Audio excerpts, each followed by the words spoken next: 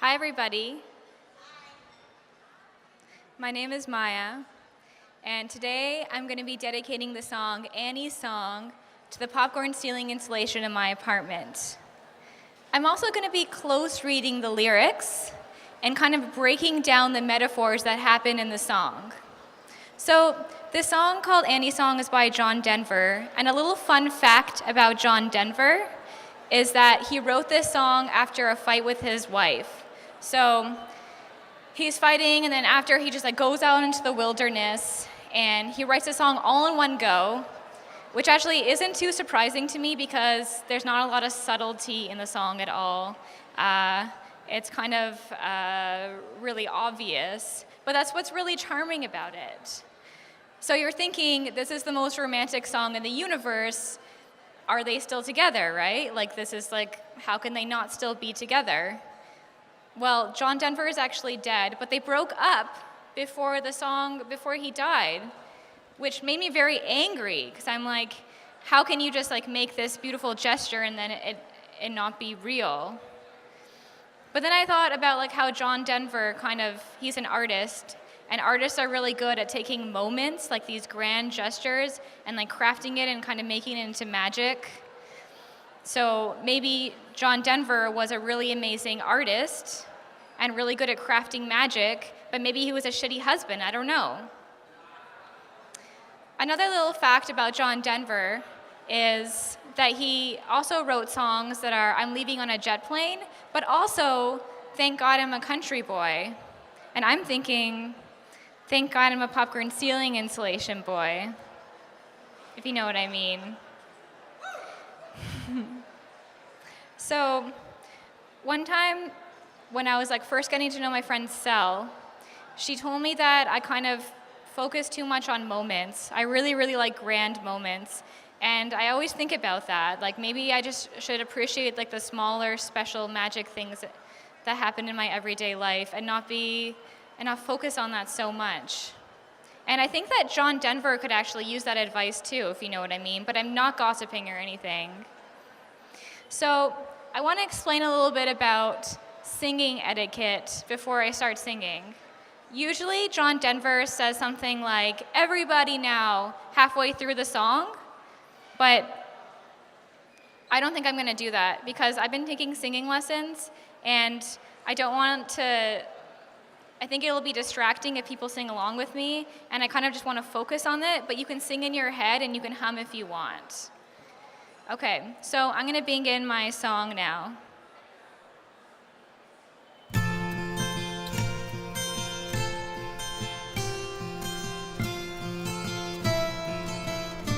You fill up my senses like a night in the forest.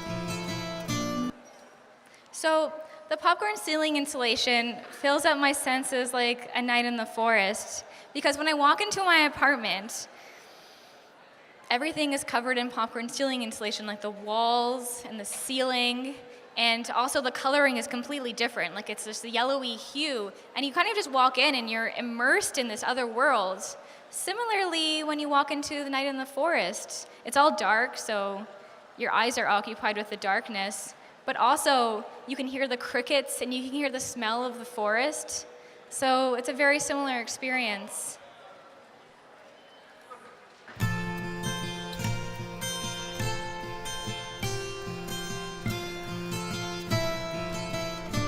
You fill up my senses like a night in the forest, like the mountain in springtime. I haven't actually been to a mountain in springtime. However, I've seen The Sound of Music, and I've also seen lots of images online. I understand that the mountain in springtime is covered in these beautiful yellow and white daisies. And it's a similar kind of thing in my apartment where it's just these yellow and white little dots everywhere. And the delicateness of the flowers in the mountain is similar to the delicateness of the pops in my apartment. I don't know if you've seen Gilmore Girls before, But there's this one episode in Gilmore Girls where Lorelai Gilmore gets proposed to.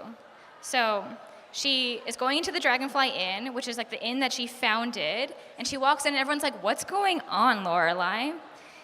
And she doesn't even understand, and she walks in, and then everywhere inside of the inn is like hundreds and hundreds of yellow daisies everywhere. And the person that delivered the daisies is like, "Yep, that's 1,000 daisies, not one less, one not more." And you kind of like this whole moment rushes over us, and they play the classic Gilmore Girls music that's kind of like da da da da da da da da ba ba ba da da da da da ba ba ba da da da da da. And this whole moment kind of washes all over us as we see her really take in this moment, this gesture. However, I hate to ruin this kind of moment that I just created, but the person that proposed to her wasn't even her true love, Luke, right? We're like, oh, Lorelai has to be with Luke. So she ultimately rejects this proposal, and then everybody in her little town like gets a little daisy. But then if you're just like, oh yeah, Lorelai has to be with Luke, another little spicy information I have to tell you about that is that Lauren Graham, the person who plays Lorelai, didn't even like the person that played Luke, Scott Peterson. Apparently he was a jerk on set. So this throws the whole thing out of proportion, you know? It's very upsetting. Because you're like, this is such a beautiful moment, and then there's so many layers of how it's not. But sometimes when I walk into my apartment, I like to think of that I'm being proposed to with 1,000 yellow daisies too. It doesn't ruin that for me.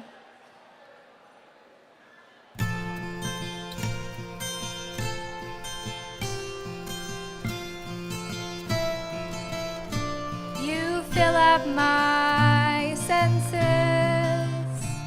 like a night in the forest, like a mountain in springtime, like a walk in the rain.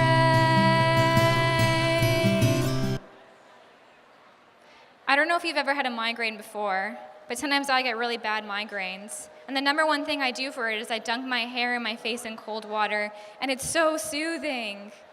Something about the vessels in your brain are very constricted when you have a migraine, and I think it just releases all the vessels, and it feels really, really good. So sometimes I like to think of the little origin story of my apartment is one day when the apartment was built, it had a terrible migraine, and they're like, how is this possible? How does this apartment that's brand new have a migraine already? It should be perfectly fresh, right? So all the tenants were very upset, and all the contractors, and all the king's horses, and all the king's men couldn't put the apartment back together again. And everyone was very sad, and the apartment was like, stop talking to me, I need to go in the darkness, and it was very upsetting. But then one day, the heavens looked down on the apartment and heard the apartment's cry and just like poured down a lot of popcorn ceiling insulation into my apartment and covered like every single little surface. And then the apartment never had a migraine again. It was completely soothed.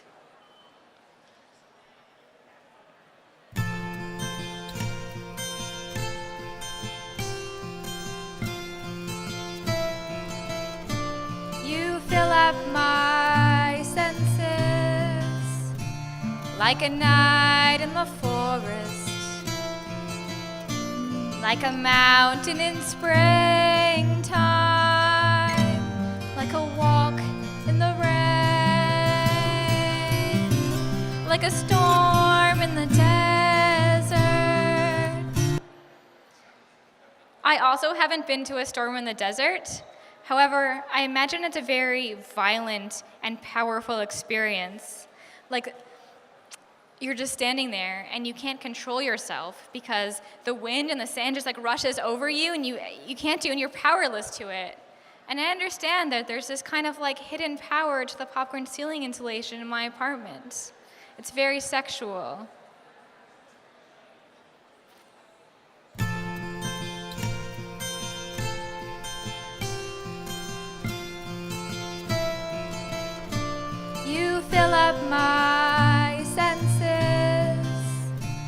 like a night in the forest,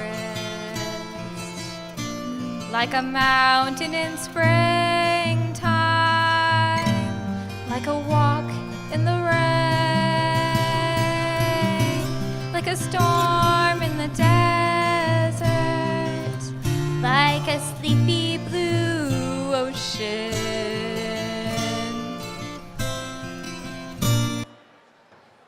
This is my favorite metaphor, actually. I think it's actually cutest.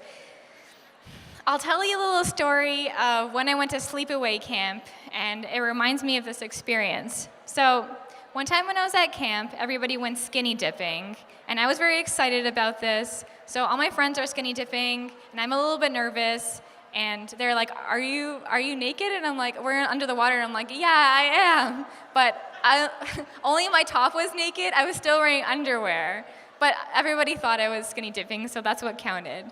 Anyways, after I had some fun, I went off to myself. I went off to the corner and kind of just like dipped myself into the water and just felt the water on my skin, the water on my bare skin.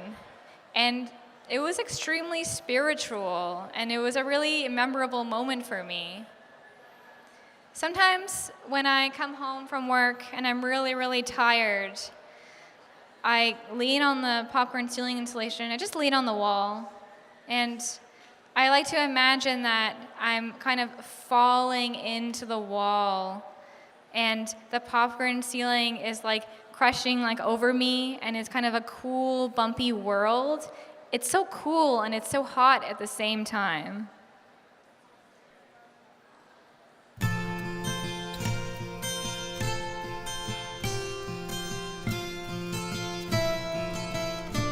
You fill up my senses like a night in the forest, like a mountain in springtime, like a walk in the rain, like a storm in the desert, like a sleepy blue ocean. You fill up my senses, come fill me again, come let me love you, let me give my life to you, let me drown in your laughter, let me die in your arms.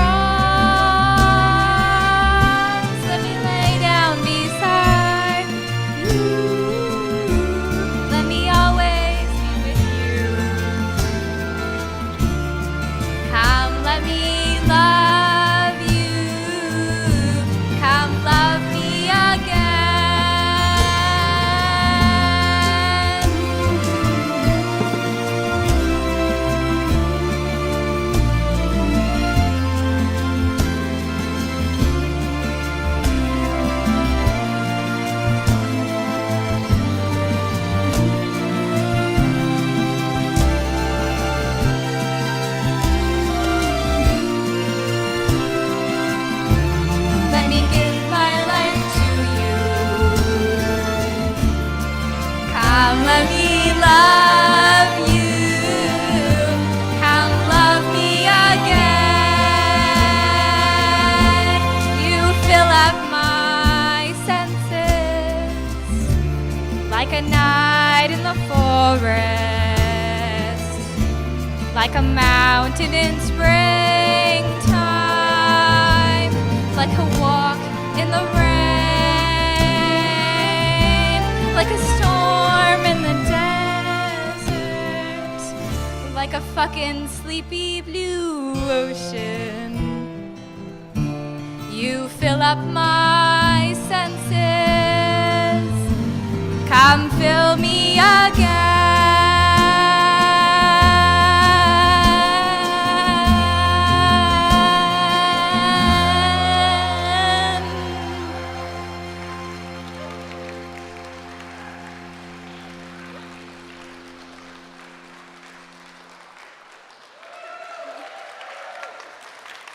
Thank you. song. Does it feel hard to sing that song now? No, I love the song, and I still love Annie, you know. We just are not happy together. We don't want to live together. But the song is a beautiful love song, and as much as it was written for her, it's a song for our children. It's a song the way I feel for my audience. It's the song the way I feel about life. It's a prayer. It can be sung in many ways, and I will always sing that song.